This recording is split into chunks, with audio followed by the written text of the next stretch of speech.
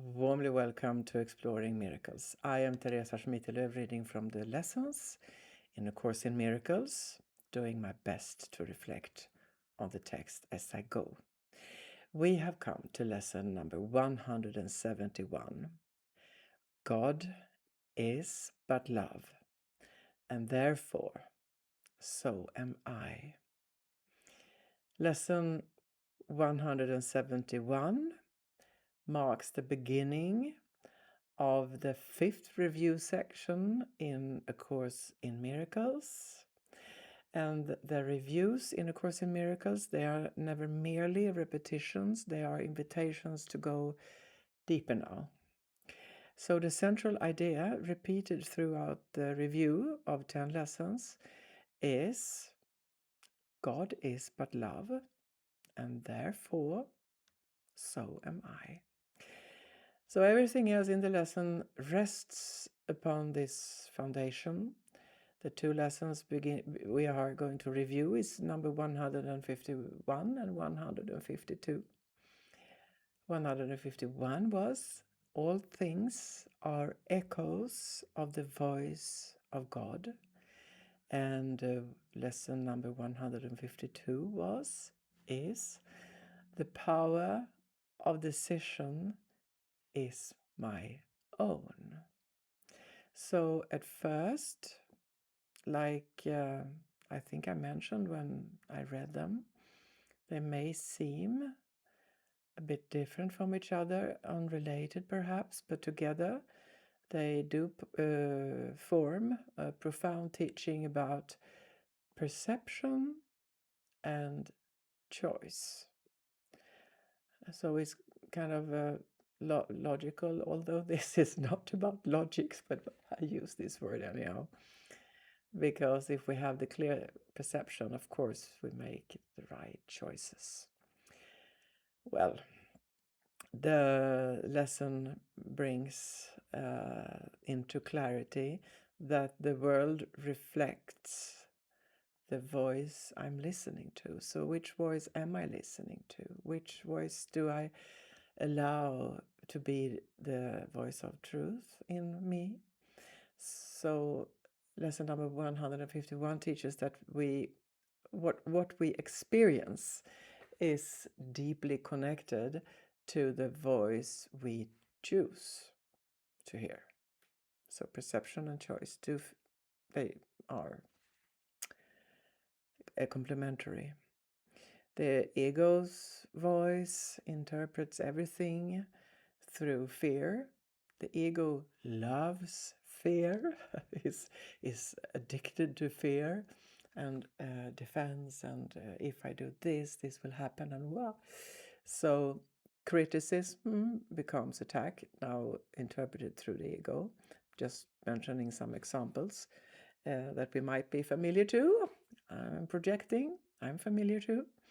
And uncertainty becomes danger, and differences become separation.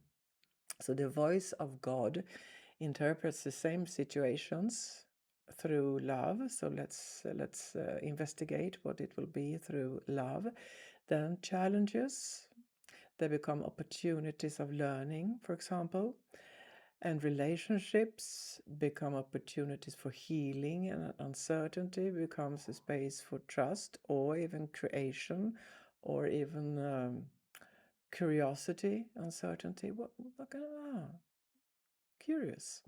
So the lesson does not claim that the eternal world changes immediately. It can. It doesn't. Did not for me. So this is a process.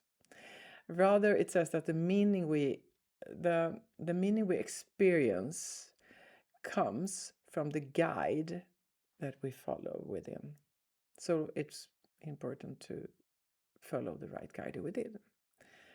When A Course in Miracles says, for example, all things are echoes of the voice of God, it points to the possibility that beneath appearances, what we think we see, appearances, every experience can become a call to love. Everything can be transformed to love. Even difficult situations become reminders to choose peace instead of fear. So the power of decision is my own. That is true power, not giving it away to reactions, for example. Lesson number 152 follows, therefore, quite naturally. If there are two ways of interpreting experience, the world, then something within us must choose between them. And the ego often says, I have no choice because I'm a victim energy and this situation is making me suffer. I've been in that a lot in my life. The Course actually challenges that belief. I thought it was most uncomfortable in the beginning. Now after 40 years of reading A Course in Miracles, I'm used to it. So I'm embracing the shift of perception, and I don't have to control events. I don't think it's challenging. I welcome more freedom in my own belief systems and my way of looking at things, and therefore also choices. So it's about the inner choice, and I think A Course in Miracles create a lot of space within, and in that space things transform. That's nice. The foundation is still in every review lesson, God is but love. And the review places both lessons under one central truth that comes from that. If God is but love, and therefore so am I, because I'm a part of God. My thoughts are God thoughts. The law I follow is the law of God, and so forth. I'm unified with God. So if God is but love, therefore I am. I must be. It's a law.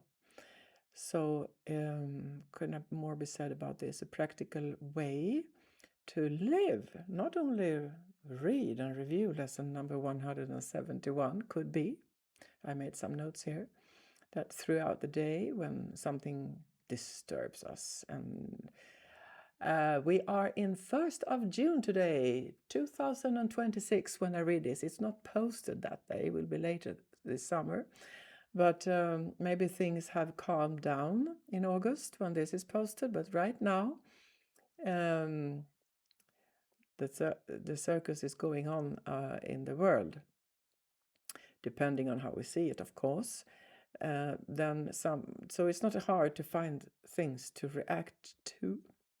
And then we just lean back and ask and breathe. Which voice am I listening to right now?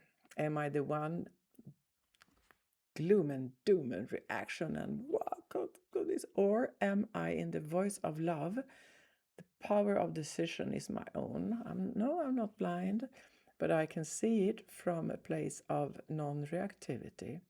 And that's a good place to act from. For me, it's easier to understand if reaction is from the platform of fear, reaction, and action from the steady platform of not fear, but love. So the essence of lesson number 171 is simple and most profoundly transformative. The world takes on the meaning of the guide we choose. And I always retain the power to choose again, because my source is love. Every choice for love is a step toward remembering who I truly am. So I will repeat, because we are encouraged to begin every review lesson with God is but love, and therefore so am I, and end it with that sentence. God is but love, and therefore so are we. Thank you very much for stopping by, taking from your time, and taking part of my reading. Thank you.